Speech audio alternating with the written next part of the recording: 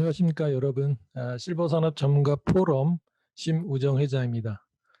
지금부터 2021년 실버산업 전문가 포럼 4월 정기 포럼을 시작하도록 하겠습니다. 이번 주제는 스마트 돌봄과 제런 테크놀로지입니다. 여러분과 함께 스마트 돌봄에 대해서 한번 심도 있게 오늘 논의를 해보도록 하겠습니다. 오늘은 그 디지털 리드 시대의 실버 산업 성공 키워드, 제런 테크놀로지와 사람 중심 디자인이라는 우리의 주제를 바탕으로 스마트 돌봄에 대한 내용으로 진행합니다. 첫 번째는 그 송영권 과장님께서 해주시겠고요. 두 번째는 구유리 교수님, 세 번째는 인태근 이사님, 네 번째는 임정원 교수님께서 주제 발표를 해주시겠습니다. 첫 번째 돌봄 그리고 서비스, 돌봄 로봇 그리고 돌봄 서비스의 개발 방향과 활용 전망을 가지고 국립재활원 송원경 과장님께서 강연을 해주시겠습니다. 송원경 과장님께서는 국립재활원 재활연구소의 과장님으로 계시고요. 재활로봇 중개연구 사업단 단장님을 역임하시고 관련된 연구를 계속해 오시고 계십니다. 학교는 이제 카이스트 전기 전자공학 박사를 나오셨습니다. 그러면 지금부터 30분간 발표를 해주시겠고 그 이후에 20분간 질의응답을 하도록 하겠습니다. 먼저 송원경 과장님을 모시겠습니다. 네, 안녕하세요. 저는 지금 1시 3분인데 1시 33분까지 돌봄 로봇 관련된 기술들하고 서비스 개발 방향, 그 다음에 활용 방향에 대해서 말씀드리겠습니다. 제가 지금 말씀드릴 내용들은 그 전에부터 제가 생각했던 것들도 있고 일부 최근에 다시 좀 자료를 찾았던 것도 있고 그렇습니다. 보통 이제 재활이라고 하는 것들이 먼저 이제 저희가 백그라운드가 되기 때문에 꼭 먼저 생각해 봐야 되는데, 재활이라는 거는 기능적인 수준을 유지 또는 향상시키는 겁니다. 그래서 보통은 기능이 갑자기 확 떨어졌을 때 물리치료나 작업치료 또는 약을 먹는다든지 이런 다양한 치료들을 하게 됩니다. 다음으로는 뭘 할까요? 예, 집으로 만약에 돌아간다 그러면 일상생활 보조를 받게 되겠죠. 그리고 만약에 또 상황이 좋지 못하면 부분적으로는 누군가의 도움을 받아야 됩니다. 그때 이제 돌봄의 이슈가 나오는데 이게 영어로는 nursing care라고 하는 이슈들이 있습니다. 그래서 장애인도 관련될 수 있고 노인도 관련될 수 있고 또 케어기버도 관련될 수 있습니다. 재활원은 재활병원하고 연구소로 이루어져 있고 여기는 그 장애인 수용 시설은 아닙니다. 근데 이제 이름이 재활원 하다 보니까 일부분들은 이 수용 시설로 생각하는 경우도 있어서 그렇진 않고요. 저희 의료와 그 다음에 연구, 교육 관련된 일을 하고 있습니다. 교육은 뭐 학위 주는 교육은 아닙니다.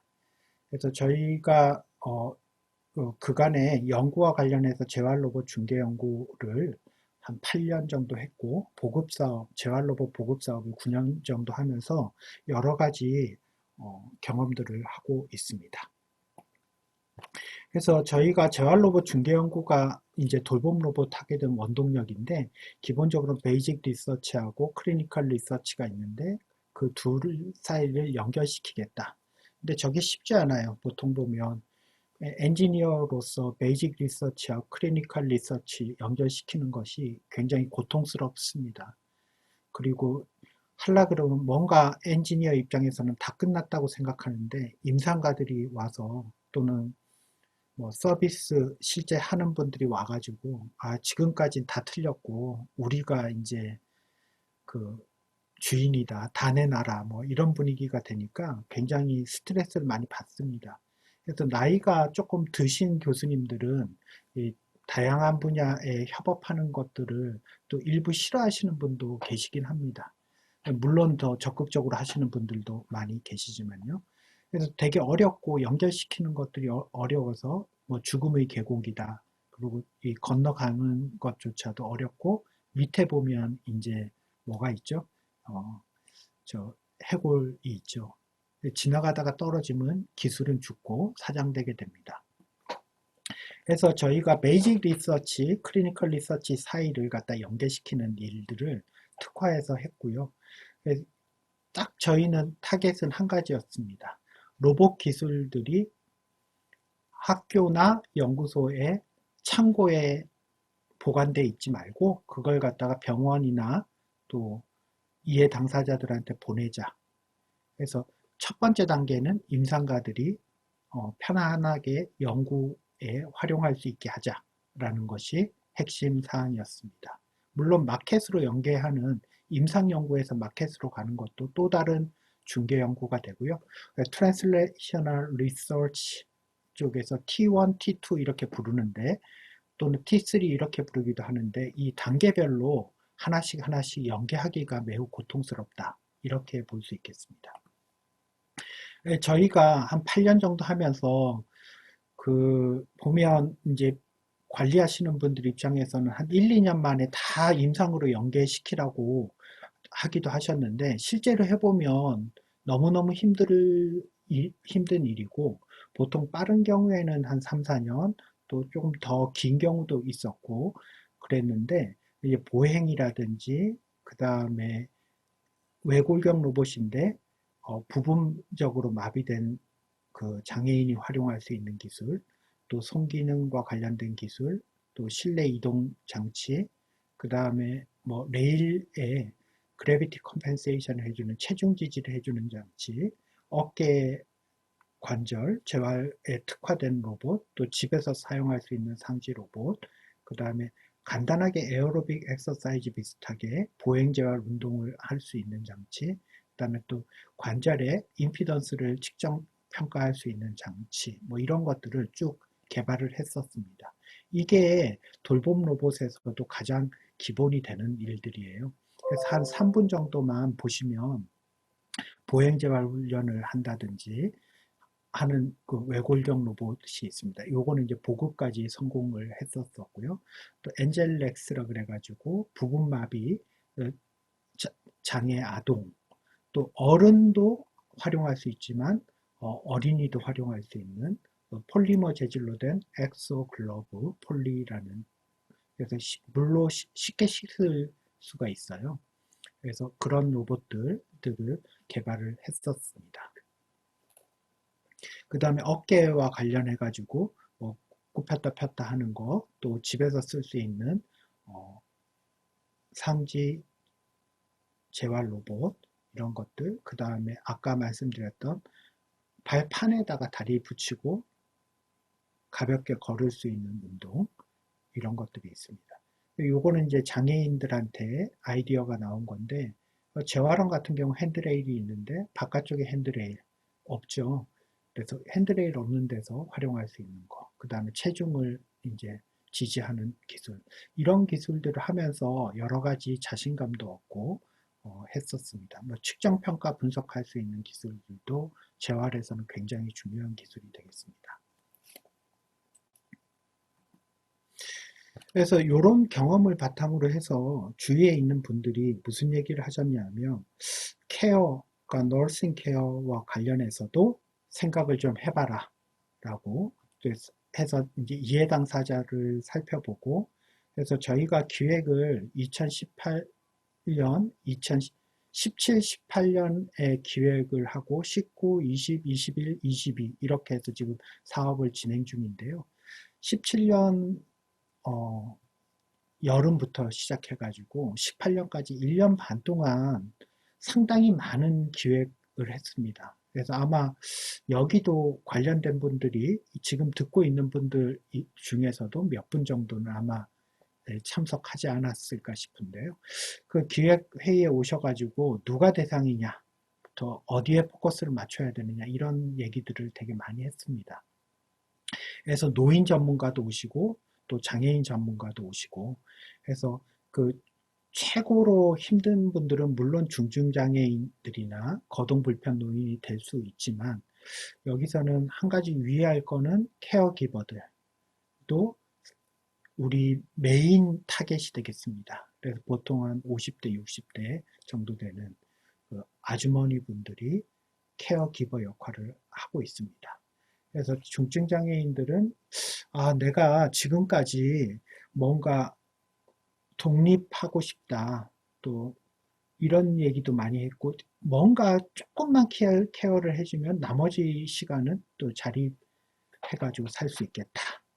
또 노인분들은 가족에게 부담이 좀 덜 됐으면 좋겠다. 특히 배우자분들이 도와주시기 때문에 또 배우자 걱정도 하시고 또 케어기버 입장에서는 허리하고 손목이 내 아프다. 그래서 좀 힘든 사람보다는 좀 경도의 사람들을 만나고 싶다. 케어기빙 하고 싶다. 이런 얘기들을 많이 하십니다.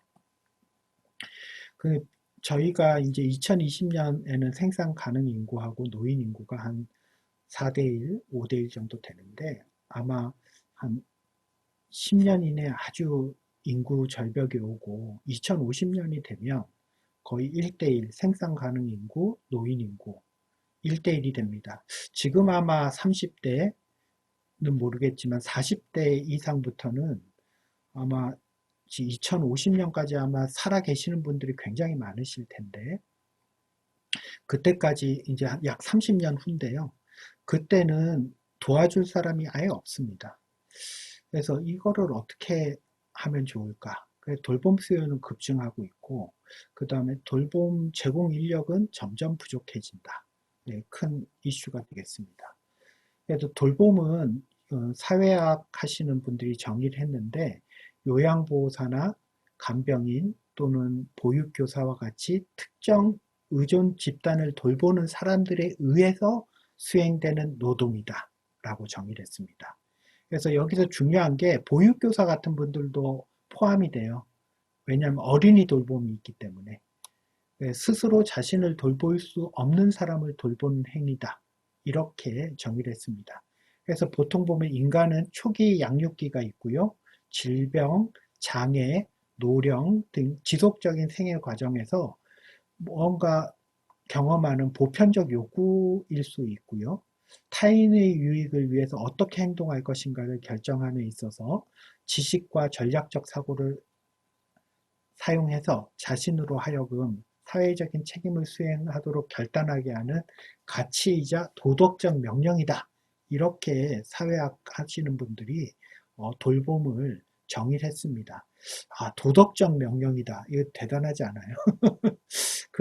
그래서 우리는 이 중에서 이제 아까 말했던 아주 중증의 장애인, 그 다음에 고령 중에서도 아주 거동이 매우 불편한 사람들을 우선 대상으로 했습니다. 그리고 돌봄 제공자, 돌봄자들 해서 뭔가 뭐 트랜스포도 하고 모빌리티, 수면, 욕창 뭐 이런 것들을 다루는 기술들 이런 것들을 저희가 고민을 하기 시작했습니다. 그래서 돌봄 기술은 어차피 로봇 기술이나 요즘에 아마 인공지능 기술도 앞으로 많이 사용될 텐데 관련된 요소 기술들을 바탕으로 해서 해결하기 어려운 돌봄 문제를 해결할 수 있다라는 겁니다. 그래서 뭔가 센싱하는 기술, 그 다음 액추에이션 하는, 구동하는 기술, 그 다음 중간에 판단하는 기술이 들어갈 수가 있겠습니다. 그래서 돌봄 기술이라고 하는 기술적인 요소들은 센싱, 그 다음 액추에이션, 그 다음 컨트롤, 디시전 메이킹 하는 그런 세 가지로 이루어지게 됩니다.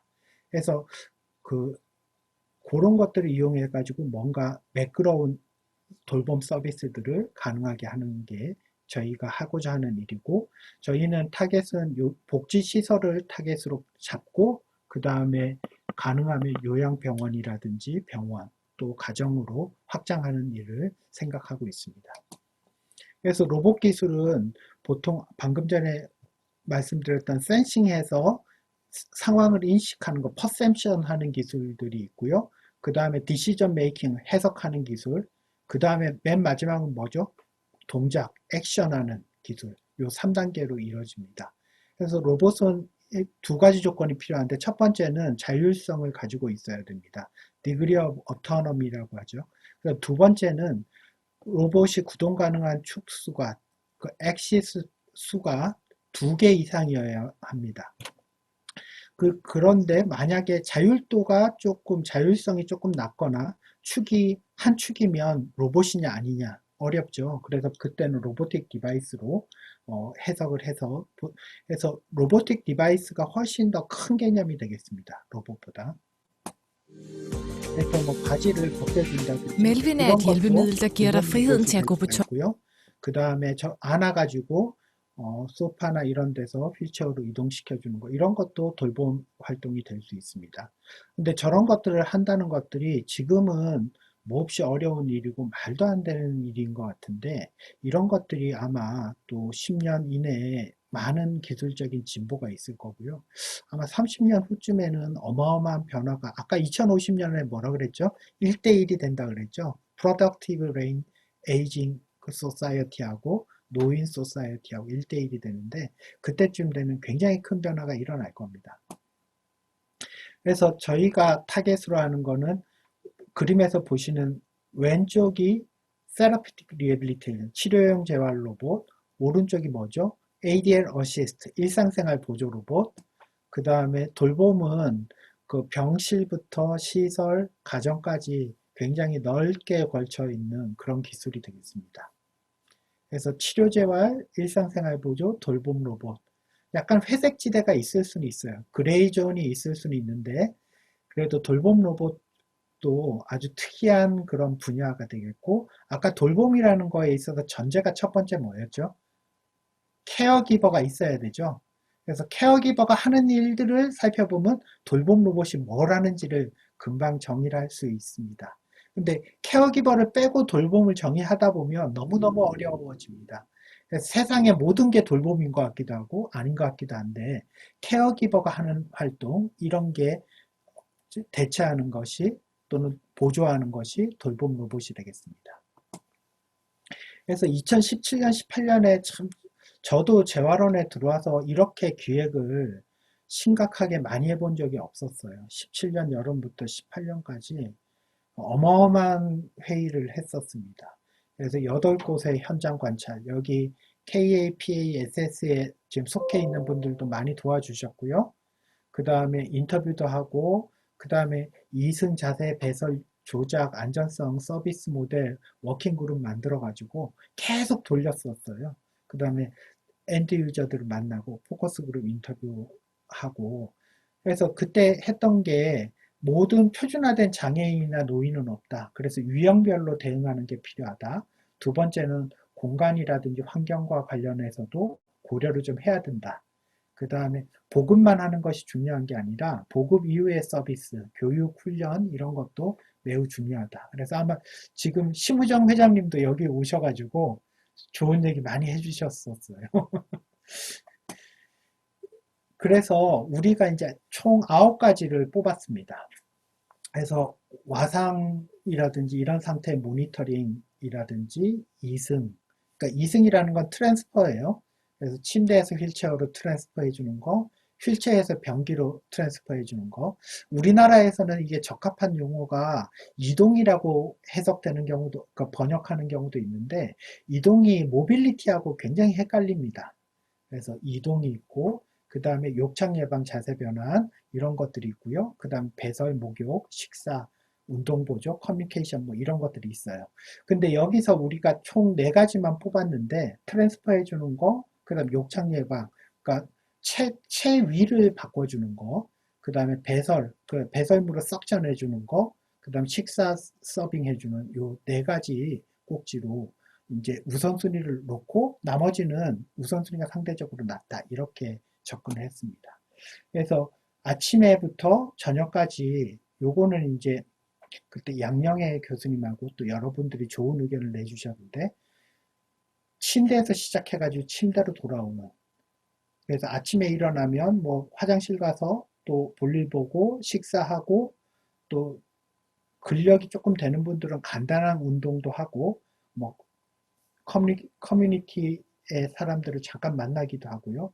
저녁에는 목욕하고 그다음 다시 침대로 오는 이런 형태인데 여기서 이제 운동 보조라 그러면 막 웨이트 베어링하고 막 이런 게 아닙니다. 여기서 운동 보조라는 거는 굉장히 중증이기 때문에 스탠딩 프레임에서 잠깐 서 있는 것도 운동이에요. 그래서 이게 저희 다른 데 가서 얘기를 해보니까 운동이 뭐 아령 들고 막 뭐 팔쭉팔쭉 뛰고 이런 점프하고 이거를 운동으로 생각하고 계시더라고요. 그래서 아주 거동이 불편하고 중증 장애인 중에서도 아주 심한 분, 목만 움직이고 이런 분들이기 때문에 운동이라는 게 호흡 운동, 뭐 스탠딩 프레임에서 서 있는 거 이런 게 운동입니다. 그래서 우리 병원 치료실에서 운동하는 그런 운동을 생각하시면 됩니다. 그래서 우리가 그래서 4개, 그러니까 이승, 욕창 예방, 배설 식사 이것을 개발하고 시범적으로 보급을 해보겠다라는 목표를 만들었고, 그렇게 하면서 돌봄 부담이 조금 개선이 되지 않을까. 그래서 기술을 개발하고 중개 홍보하고 또 서비스 모델 만들고 그다음 기술을 보급하는 요런 체계로 틀을 만들었어요. 근데 이때 그 기술 개발하고 중개 연구하고는 좀 다른 게 기술 개발은 조금 더 핵심적인 핵심 공통 기술을 개발하는 거고 중개 연구는 약간 성숙된 기술을 약간 개선하고 그다음 시험 검사 인허가해서 아주 간단한 임상에 적용시키는 이런 일들입니다. 그래서 일반적인 기술 R&D하고 중개 연구하고는 조금 다릅니다. 그래서 우리가 저희 심우정 회장님이 올바른 돌봄 로봇 연구는 뭐냐 이런 것들을 좀 얘기해 달라고 그랬었는데 그때 이제 당시의 전문가들이 얘기했던 게 일단은 이것저것 다 하지 말고 몇 가지만 좀 똑바로 해라 이런 얘기들을 해주셨고요. 그래서 지금 보면 액티비티하고 그 분류 체계로 보면 대개는 그 셀프 케어 쪽 이런 쪽에 좀 포커스를 맞춰가지고 그 일들을 이제 타스크를 뽑았었습니다. 그래서 그 중에서도 4개만 이제 초점을 맞추고 나중에는 조금 더 확장하겠다. 두 번째는 혼자 다 하려 그러지 말고 기존에 있는 기술들을 활용해라. 라고 해서 혹시 복지부나 뭐 산업부나 이런 데서 여러 가지 연구 개발 내용들이 있으니까 이런 것들을 활용할 수 있는 것들은 좀 활용을 하자.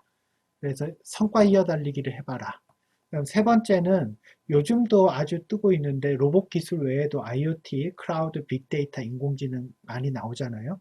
이런 것들을 같이 해가지고 좀 뭔가 스마트 돌봄을 만들어 봐라.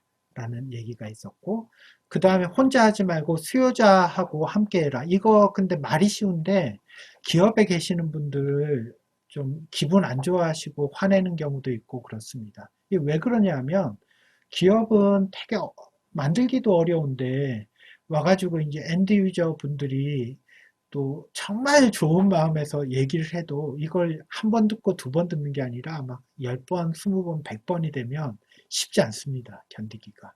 그래서 기업들 입장에서는 쉽지 않은데 그래도 수요자의 니즈, 공급자의 시드를 잘 연계시켜 보자. 근데 이게 아주 어렵긴 어려운데 우리가 이거를 갖다 뺄 수가 없어요. 왜냐하면 결국에는 이렇게 하면서 좋은 기술들이 나옵니다.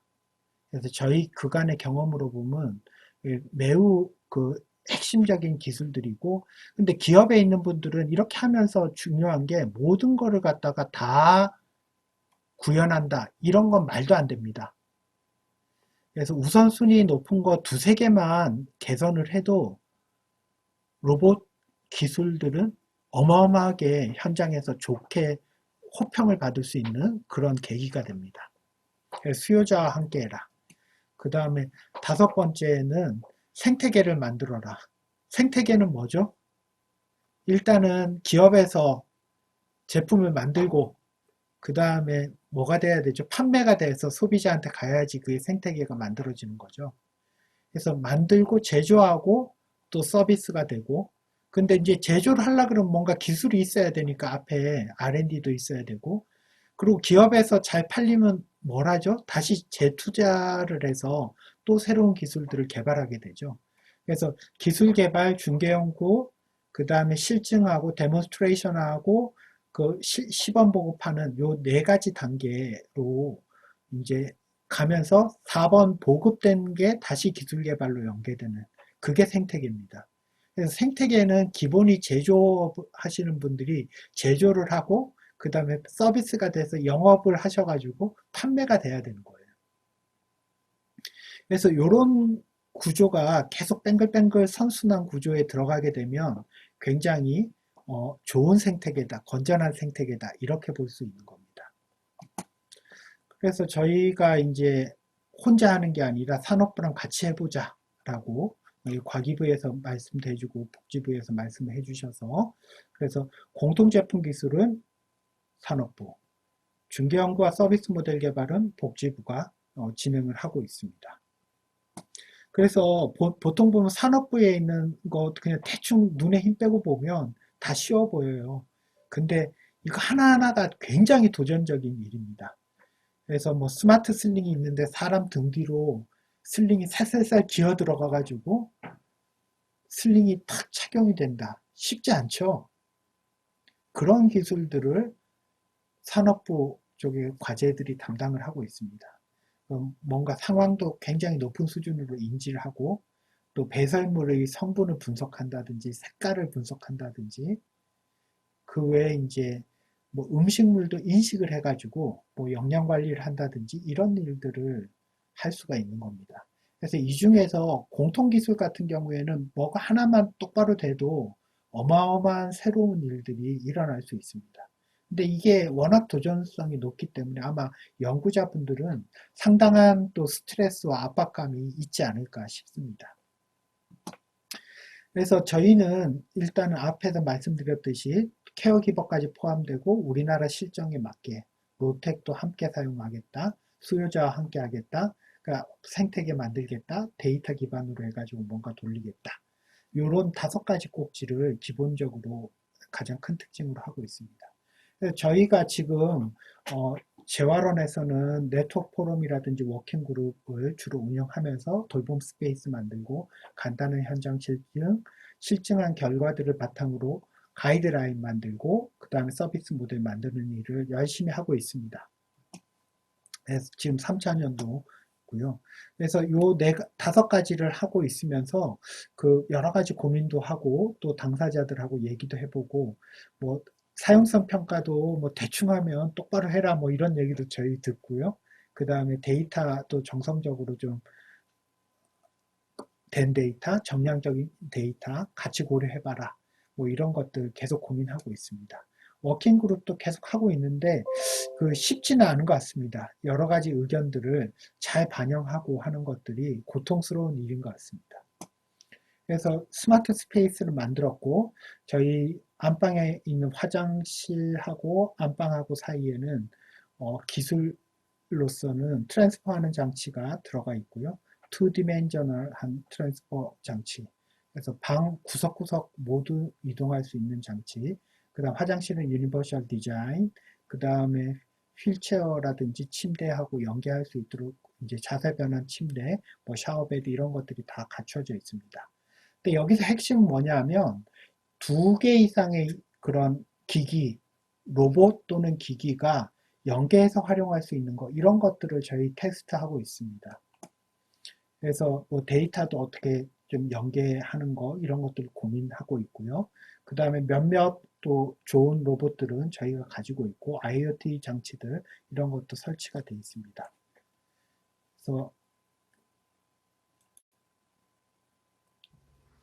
들어가면 거실이 있고요. 안쪽에 이제 방이 있고 안쪽에는 이제 여기 식사 로봇 있고 뭐 주방 높낮이 싱크대 이런 것들이 있고요.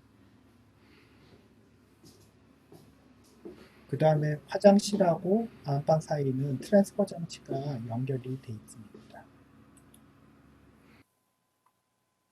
그래서 안방하고 화장실은 레일이 붙었다 떨어졌다 하는 그런 구조로 되어 있습니다. 그래서 우리 사용성 평가를 하는데 새로 개발하는 거, 또 개발되어 있는 기술, 어떤 것이 좋으냐 이런 것들 분석하는데 활용할 수 있는 레퍼런스가 되는 장비들을 가지고 있고 측정 장비들을 가지고 있습니다. 사용성 평가를 해보면 여러 가지 얘기들이 나오고 있습니다. 그래서 보면 뭐 뭔가 장치 크기가 좀 크다, 어지럽다, 조작이 어렵다, 끼우는 게 어렵다, 또 음식량을 조절 못한다, 뭐 이런 것들을 저희가 가이드라인에 또 반영을 해보고 있습니다. 그다음 서비스로는 지역 투자 지역사회 투자 사업 뭐 이런 것들이 바우처 형태로 적용되는 형태인데 지자체에서 선정받아서 가는 방법 이런 것들을 고려하고 있고 그 다음에 사회보험 그러니까 장기요양보험이라든지 건강보험 이런 쪽하고 연계하는 것들을 고려하고 있습니다. 그 외에도 이제 노인을 위한 서비스 스페이스도 있고요. 그 안전성을 개발하고 있는 팀이 있습니다. 요즘에 안전성 개발하는 팀은 자율도, 디그리 오브 어토노미에 대해서 되게 고민하고 있습니다. 그 외에 데이터 테크놀로지 관련된 연구들도 있습니다. 중개 연구도 마찬가지로 이승, 욕창 예방, 그 배설 식사하고 있는데 여기서 이제 보면 앞에 산업부 쪽은 소변 대변 다 한다 그러면 이쪽은 소변만 석션하는 기술, 분석하는 기술 뭐 이런 것들을 생각해 보고 있습니다. 그래서 아마 이제 그 지속적인 연구도 필요하고 또 시범 보급하고 그다음 지자체에 연계된 이런 뭔가 그 시범 보급 사업 하고 또 필요하면 교육도 하는 이런 일들을 할 수 있을 것 같습니다.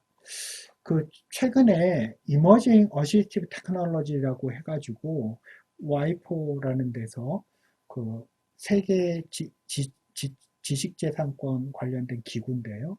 이런 데서 보면 셀프 케어도 굉장히 이머징 기술로서 각광받고 있고 그 중에 로봇 쪽으로도 상당히 관심을 많이 가지고 있습니다. 그래서 여기서 중요한 게 제가 좀 얘기 드리고 싶은 게 그쪽에서 이제 그 이머징 테크놀로지 중에 로봇 기술이라든지 이런 것들이 굉장히 이제 새로운 기술이 돼요. 그래서 인공지능, IoT, BCI, 그다음 새로운 머터리얼, 센서, 그다음 비크, 자동차 기술, 어드밴스드 로봇 기술, 그다음 가상현실, 그다음 3D 프린터 이런 것들이 핵심적인 기술이 되는데 이런 것들이 아마 시장에 새로 들어오는 것 같고요. 이런 것들이 앞으로도 큰 일을 할 수 있을 것 같습니다. 거의 마지막인데 그 흐름은 결국에는 우리 이런 쪽 분야는 자율주행 자동차 관련해가지고 벤치마킹을 해보면 아마 뭔가 가능성들이 있을 것 같습니다. 자율주행 자동차 레벨 1, 2 정도 지금 우리가 사용하고 있죠. 근데 아마 3, 4, 5가 되면 이제 4번부터는 사람이 없어요. 근데 이런 식으로 이제 가기는 갈 건데, 야, 진짜 갈까? 좀 말이 안 되겠다 싶기도 한데, 아마 가기는 갈 것 같아요. 그래서 한 10년 후쯤 되면, 2030년 되면, 이런 일들이 일어날 수는 있을 것 같습니다. 그래서 아마 돌봄 로봇도 지금은 레벨 1, 레벨 2 정도 수준에서 계속 활용되고 하다가 이것들이 더 심화되지 않을까, 이런 생각을 해보고 있습니다. 요까지 하고 질문을 잠깐 받을까요? 첫 번째 질문이 있네요. 네, 소셜 로봇 상황은 어떤지 궁금합니다. 네네. 소셜 로봇 관련해 가지고도 지금 계속 진행이 되고 있는데 소셜 로봇의 끝판왕은 치매 쪽인 것 같아요. 그래서 그 외에 약 복용이라든지 이런 것들이 계속 되고 있는데 이런 것들도 상당한 가능성을 가지고 있고 할 일이 많이 있는 것 같습니다. 네. 근데 지금 현재로는 인공지능 스피커 기준으로 가고 있는데 결국에는 컴패니언 로봇으로 또는 컨시어지 로봇으로 갈 것 같아요. 그래서 모바일 로봇 형태로 해서 한 10년 전에는 그 모바일 로봇에 머니플레이터 붙어 있으면 뭐라 그랬죠? 로봇 하는 사람들이 지네들 하고 싶은 연구한다 뭐 이런 비판을 많이 받았는데 요게 아마 10년 정도 후에는 상당한 그 개선이 될 것 같고 한 2, 30년 후에는 사람 취급받을 것 같습니다.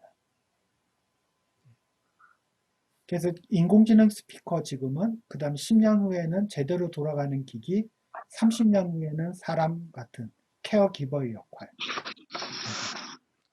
혹시 그럼 재활원에서는 지금은 이제 지원하는 기기 중심으로 이렇게 포커싱을 하고 계신데요. 예. 뭐 이렇게 뭐 말벗이든 외로움을 해결하든 뭐 이런 쪽도 심리적인 쪽, 뭐 사회적인 쪽 이쪽 관련해서 그 소셜 로봇을 얘기한 것 같거든요. 그쪽은 예. 어떤 시즌? 근데 저희가 원래 그걸 R&D에 포함시키려고 했는데 되게 힘들었던 게 과기부에서 R&D를 굉장히 많이 했어요. 소셜 로봇은. 그래서 그쪽 거를 나중에 좀 따가지고 오든지 조금 더 특화해서 저희가 지금 그 소셜 로봇, 보조 로봇이라든지 이 돌봄 로봇이 워낙 지금 힘을 받고 있어서 저희가 아마 2단계 연구를 갈 것 같아요. 여기 계신 분들도 많이 좀 관심을 가져주시고 그렇게 할 때는 아주 특화된 기획을 할 겁니다. 그래서 지금 저희가 올해 기획을 지금 하고 있습니다. 그래서 네. 지금 이제 30년 후까지 또 생각을 해보고 있습니다. 자, 두 번째 질문이 나온 것 같은데요. 예, 두 번째, 국내 네. 요양시설 또는 병원 중에 시범 적용하는 곳이 있을까요? 라는 건데요. 지금 저희 컨소시엄, 그러니까 저희 사업단에 들어와 있는 쪽에서는 몇 군데, 뭐, 예를 들어서, 뭐, 특정 지역의 보훈병원이라든지, 보훈요양병원, 뭐, 이런 곳, 또 특정한 시설들하고 연계해가지고 시범 적용을 검토하고 있기도 하고요. 또 로봇산업진흥원에서 사회적 약자 서비스 시범 사업이 있는데 그쪽에선 지자체 연계해가지고 저쪽 뭐 각 지자체마다 그 요양병원에 간단한 돌봄기기들 이런 것들을 보급하고 지금 활용하고 있는 상황입니다. 근데 이게 그러니까 새로운 시장이기 때문에 보통 보면 아마 성숙될 때까지는 시간이 걸릴 것 같습니다. 네. 내년에 서비스가 들어가시게 되나요? 그러니까 시범 보급은 지금도 일부 되고 아, 있고 네네. R&D 되고 있던 것들은 아마 빠르면 시범 보급이 내년이나 후년쯤 되겠죠. 네네. 예, 하나 더 들어왔습니다. 네. 예. 중개연구 설명 감사합니다. 익명의 참석자인데요. 국립재활원 중개연구와 한국지능정보사회진흥원 중개연구는 어떤 차이가 있나요? 저희가 재활원에서 중개연구를 하더라도 뭐 수백까지 할 수가 있고, 그러니까 재활로봇, 치료재활로봇에 대한 중개연구도 되고, 그 다음에 돌봄 로봇에 관련된 중개연구도 될 수가 있고, 한국지능정보사회진흥원, 그 예전 정보화진흥원인데 요즘에 그 데이터 콜렉션 엄청 하고 있죠, 여기서. 근데 이쪽에서도 뭔가는 하고 있는데 아마 보는 방향이 좀 틀리지 않을까 싶습니다. 그쪽에서 데이터라든지 혹시 익명의 참석자분 혹시 그 지능정보사회와 사회진흥원에서 어떤 사업을 하고 있는 거하고 차이를 물으셨는지 한 번 더 써주시겠어요? 지금 말씀으로 하셔도 됩니다. 네. 마이크 키시고 말씀을 하셔도 됩니다. 예, 그러면 치실 때까지 예, 네. 왜냐하면 저기 정보화진흥원이 어마어마한 큰 조직이라 가지고 네. 예, 저는 깜짝 놀랐던 게 예전에 베트남 사람들 뭐 동남아에서 오신 분들 컴퓨터 교육도 그쪽에서 하더라고요. 네. 하나 더. 예, 또 질문 있으시면 질문해 주시고요. 혹시 그러면 질문 들어올 때까지 말씀 다 못하신 거 말씀하셔도 좋고요. 네. 아, 그럴까요? 네. 예, 그러면 제가 아까 하다가 만 얘기 그럼 마저 하겠습니다. 그래서 지금 근데 우리는 결국에는 자동차 쪽을 봐야 된다 생각을 하고 있습니다. 그래서 저희가 이제 좀 저도 이제 다른 데서 살펴보니까 이거 AI하고 로봇이 활약하는 미래상에도 2050년 자료들이 좀 있더라고요. 그래서 뭐 여러 가지 윤리적인 문제나 이런 것들이 있는데 이건 도전적으로 아마 생각해 보는 것 같고 이 안내 로봇이 이제 거의 사람 취급을 받는다라든지 그 사람 안에 그 몸 안에 생체 칩이 들어간다든지 이런 일이 2050년에는 가능할 거다 이렇게 해서 그래서 충전도 안 한대요.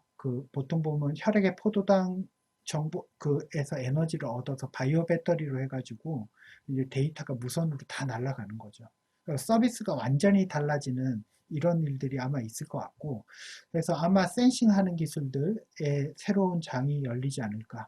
근데 이게 아마 여러 가지 윤리적인 문제가 있으니까 쉽지 않을 텐데 중앙관리센터라든지 그다음 트랜스퍼 같은 경우에는 개호자가 머슬 수트를 입다가 본인이 머슬 수트를 입는 로봇을 그러니까 이제 노인들이 있고 그다음에 멀쩡히 걸어 다닐 수 있는 그런 형태가 아마 가능하지 않겠냐라는 거고요. 배설 같은 경우도 지금 이제 2050년, 30년 후에는 배설 업무가 없어진다. 왜냐? 경도의 사람은 배설 타이밍에 맞춰가지고 적절히 해가지고 요실금 문제가 없어지고 많이 줄일 수가 있고, 중도 요괴여자는 생체 칩이나 배설 감지하는 웨어러블 디바이스 가지고 해결하겠다. 그래서 이런 일들도 있고, 식사 지원도 마찬가지입니다. 네 팔로 먹을 수 있는 사람은 그 외골격 그냥 수트를 이용해서, 또 어려운 사람은 컨시어지 로봇이 도와준다. 그 다음에 간호 기록 청구 업무도 많이 바뀐다. 그래서 대화형 음성 기록 인공지능에서 케어 플랜까지 만들어주는데, 결국에는 보면 직원은 번거로운 사무 업무에서 해방되고 여유를 가지고 사용자와 서로 시간을 늘려서 따뜻한 치료, 따뜻한 돌봄을 실시할 수 있을 것 같아요. 이거는 제 얘기가 아니라 그 일본 쪽 얘기인데 이런 식으로 생각을 하고 있대요. 그래서 요까지입니다. 예. 네, 그러면 또 질문, 그 박영란 교수님 손 드셨는데 질문해 주세요. 네. 안녕하세요. 제가 지금 화면은 없이 질문을 하겠습니다. 예. 오늘 송 과장님 너무 발표가 너무 너무 와닿는 발표 잘 들었습니다. 왜냐하면 이런 일 하시는 거는 제가 곁에서 이렇게 뵙고 있었지만 2017년에 이런 체계적인 기획 과정을 통해서 지금 지속되고 있는 전반적인 거에 대해서 어떻게 보면 약간 비하인드 스토리를 이렇게 엮어주셔가지고 훨씬 더 의미 있게 많은 내용을 배울 수 있어서 너무 좋았고요. 사실 저도 개인적으로 굉장히 요즘 고민이 늘어나고 있는데, 이런 테크놀로지와 관련해서 한 두 가지 정도 뭐 여쭤보고 제 의견 드리고 싶은 건 뭐냐면, 이 시점에서 우리가 이 돌봄에 대한 개념 정의를 한번 다시 해봐야 되겠다. 그러니까 돌봄과 기술의 관계, 그래서 돌봄 로봇이 과연 무엇인가에 대해서 한 번 정도 이렇게 더 정리를 해주시고 좀 그런 걸 많이 발표해 주시면 좋을 것 같아요. 왜냐하면 이 디지털 뉴딜 프로젝트 속에서 스마트 돌봄이라는 용어가 지금 많이 활용이 되고 있고, 또 정부 정책 문서에도 들어가 있고, 또 이제 코로나로 인해서 이제 비대면 서비스라는 용어가 또 갑자기 등장했잖아요. 그러다 보니까 현장에서 뭐가 스마트 돌봄인가에 대해서 생각하는 게 굉장히 지금 다원화되고 있는 것 같아요. 그래서 그동안 2017년에 그런 연구를 통해서 개념 정의된 부분에 대해서 조금 많이 공유를 해주시고, 그리고 지금 국립재활원에서 개발하고 있는 이 네 종의 돌봄 로봇이 전체 돌봄 로봇의 스펙트럼에서 어떠한 그 포지션이 되고 있는지도 조금 공유가 되면은 이제 사람들이 제가 볼 때 돌봄 로봇에 대한 약간 고정관념을 갖기 시작하는 그런 또 현상도 나타나고 있는 것 같아서, 좀 전에 말씀하신 것처럼 뭐 치매와 관련한 것, 또 콘시어지, 뭐 여러 가지 소셜 로봇, 반려 로봇, 굉장히 많은 용어 속에서 과연 이제 돌봄 로봇이 뭐냐라는 거를 좀 함께 좀 의논하는 그런 일들이 더 많아졌으면 좋겠다는 생각이 들고요. 이제 우리가 굉장히 빠른 속도로 R&D나 이런 것들이 진행이 되고 있는데, 그동안 과장님이 뭐 유럽이나 일본 많이 이렇게 그 해외 연구도 많이 보셨으니까, 그러니까 전체적으로 우리나라가 지금 어느 정도 단계인지 그런 것 조금 코멘트 해주시면 감사하겠습니다. 개념 정의와 관련해서 사실 우리가 표준으로 들어가려고 그래도 돌봄이 뭐냐고 돌봄 로봇이 뭐냐 때문에 그 상당히 논란이 있어요. 그래서 뭐 어떤 사람은 이 세상의 모든 어시스티브 테크놀로지 자체를 다 돌봄 안에 넣으려는 사람도 있고, 그런데 그건 너무한 것 같고요. 그래서 뭔가 요양보호사, 간병인, 또 활동보조인, 보육교사 이런 사람들이 뭔가 돌보는 사람이 있어야지. 그래서 돌봄 행위를 하는 타스크가 있어야지 그 다음에 돌봄 로봇 정의가 될 수 있어서, 그래서 저희가 생각할 때는 기존에 사회학을 하거나 사회복지를 하는 분들이 돌봄의 정의를 내렸던 것을 이어받은 다음에 로봇을 연계시켜 보자 라고 생각을 하고 있고요. 그래서 아까 이제 쭉 돌봄의 정의를 좀 제가 좀 길게 설명을 드렸었고, 그 다음에 두 번째는 스마트 돌봄이라는 거는 결국에는 그 여러 가지 기술들이 있을 수가 있는데, 그 중에서 보면 데이터라든지 로봇이라든지 인공지능이라든지 이런 기술적인 면이 들어가야지 아마 조금 더 스마트 돌봄이 의미가 있을 것 같습니다. 그래서 저희가 생각할 때는 지금 우리가 처음에 기획을 할 때 기획위원들이 얘기했던 거, 그러니까 로봇이라든지 IoT라든지 클라우드라든지 빅데이터라든지 AI까지 연계시키는, 근데 아마 빅데이터도 아닌 것 같아요. 지금 보면 조그만 데이터라도 양질의 데이터만 있으면 뭐 원샷 러닝이라 그래가지고 한 번만 보면 사람처럼 아는 이런 기술도 개발되고 있기 때문에 기존의 기기들, 뭐 우리 건강보험에서 뭐나 장기요양에서 주는 복지연구에다가 거기다가도 이제 뭔가 데이터들이 얻어지고 그러면서 서비스가 새로운 것들이 연계된다 그러면 이게 스마트 돌봄이 되지 않을까 이렇게 생각을 하고 있고요. 그 다음에 그 빠른 속도로 R&D가 진행되고 있다. 근데 전체적으로 우리나라 수준은 어떤 수준이냐? 아, 지금 이것 때문에 저도 사실은 고민스럽습니다. 이제 작년에 제론 테크놀로지 관련해가지고 보면, 야, 우리나라보다 훨씬 더 체계적으로 연구하고 있는 것 같고, 아, 참, 이거 큰일 났다 싶은데, 우리나라도 그 정보사회진흥원이나 이런 데도 이제 굉장히 많이 열심히 움직이고 있는데 아티피셜 인텔리전스, 뭐 IoT, 뭐 BCI 같은 경우는 한 20년 내다보고 연구를 해야 돼요. 이거를 막 연구자들을 막 붙잡아 가지고 뭐 3년, 5년 안에 다 되게 만들어라 그러면 이 방법이 없거든요. BCI 같은 경우는 20년을 유럽 같은 경우는 계획을 세우고 가더라고요. 그 다음에 뉴 머터리얼, 그러니까 신소재도 마찬가지죠. 이거 뭐 그 엔지니어들을 막 이거 푸시한다고 될 일은 아닌데 거기다가 센싱 기술들, 그 다음에 비클, 그 박영란 교수님이 지난번에 한번 다른 세미나 때 얘기하셨는데 이게 제대로 된 노인을 위한 기술이다. 아, 저도 적극적으로 동의합니다. 우리 10년만 있으면 어차피 레벨 5 자동차가 나올 테니까 그때는 이제 그 핸들 이제 없어지는 거죠. 쉽게 말하면 우리 보조기기나 뭐 무슨 컴퓨터 있는 키보드가 없는 거예요. 키보드가. 또 자동차인데 운전하려고 그러는데 핸들이 없는 거. 신부정 회장님 어떠세요? 이게 가능할 것 같으세요? 글쎄요. 근데 네. 그게 온다는 거거든요, 지금. 그래서 트럭이나 이런 데서부터 이제 그 대형 화물들이 서울에서 부산까지 야간에 가는데 아예 사람이 없이 가기도 하고 그런 일들이 이제 생긴다고 하는데 거기다 로봇 기술들, 가상현실, 그다음 3D 프린터 이게 연구 개발이 되고는 있는데 우리나라가 그래도 아마 세계적으로 잘 나가는 그룹보다 그 보통 키스텝이나 이런 데 보면 한 3년에서 5년 정도 뒤처져 있는 그런 상황이긴 한데 그 우리한테 기회는 있습니다. 왜냐하면 노인이나 이런 인구들이 급격하게 늘어서 연구할 그런 그 캔디데이트이 굉장히 많아집니다.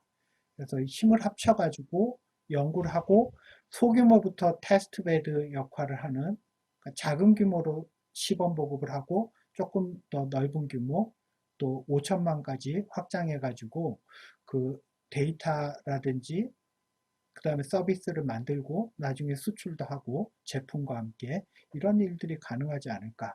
그래서 아마 지금은 한 4, 5년 정도 뒤쳐져 있는데 일부 기술들은 또 뺏길 게 없을 만큼 많이 또 개선이 되고 있는 것 같습니다.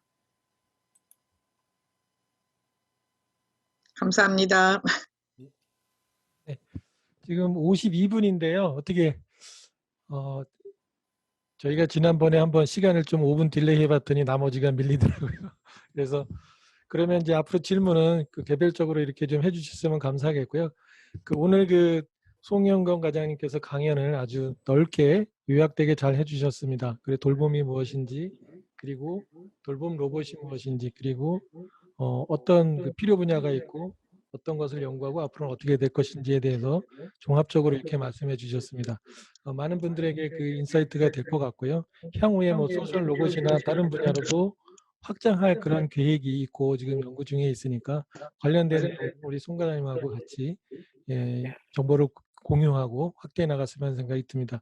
우리 송 과장님 마지막으로 한 말씀 해주시고 종료하도록 예, 하겠습니다. 치료재활을 저희가 한 7, 8년 했고, 그 다음에 보조와 관련된 것도 일부 하고, 그 다음 돌봄 로봇을 하고 있는데, 여기에 회색 지대들이 있고 어마어마한 가능성들이 있습니다. 그래서 이게 병원에서 치료용으로 쓰이느냐, 돌봄용으로 쓰이느냐, 아니면 가정에서 쓰이는 뭐 기구냐, 이게 하이 테크놀로지로 가면 갈수록 회색 지대, 그레이존이 있는 것 같습니다. 여기에 그레이존이 많으면 많을수록 연구하는 사람들한테는 기회가 될 것 같습니다. 그래서 앞으로 많은 도움과 또 지원 부탁드리겠습니다. 네, 감사합니다. 송 과장님 수고 많으셨습니다. 감사합니다. 감사합니다.